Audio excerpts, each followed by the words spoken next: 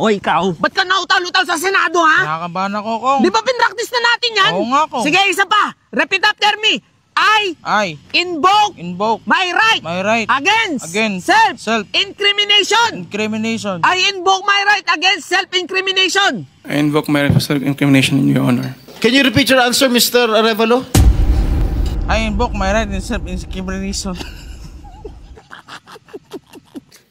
Parang tinatanong ka kung tao ka, hindi mo alam kung tao ka.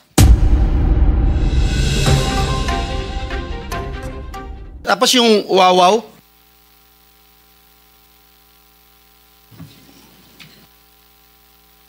Good morning po. Yeah, can you answer yes or no? Ghost Project? Can you turn on the microphone, please?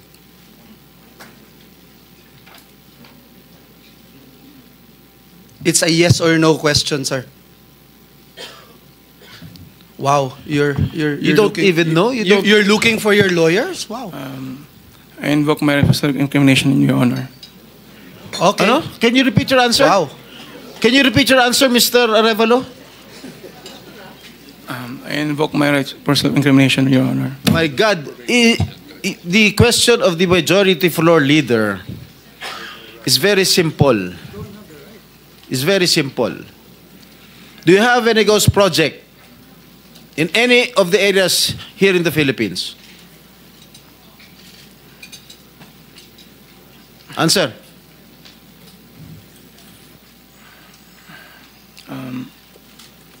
Dahil may mga usapin po na kakasuhan yung mga contractor ng DPWH po at parte ng ulat ng Senado na magpagrekomenda ng paghahain ng kaso laban sa resource person, ang payo ng aking mga abogado ay huwag magsalita sa panahon na ito dahil anumang pahayag ko sa pagsisiyasat. Sino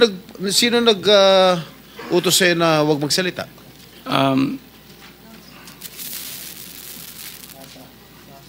Sino? May binabasa ka ba? Ginawa ko po, Your Honor. Ano binabasa mo? Pasensya po kasi kinakabahan po kasi po. It is only answerable by yes or no, Mr. Arevalo. Is there any ghost projects of Wawaw builders? This is what I discovered, and the former secretary confirmed during the first hearing that there indeed are ghost projects. Bine-verify pa po namin, Your Honor, ang ano kung meron po. Ano ka ba sa Wawaw? Are you the owner? Yes po, Your Honor. You should know. Majority Leader, it's your time, ha? Yes, Mr. Chairman. I'm just disappointed, Mr. Chairman, kasi pambihira ka, sasagot ka ng ganyan, ghost project. Parang tinatanong ka kung tao ka, hindi mo alam kung tao ka. I invoke my right for self-incrimination, Your Honor.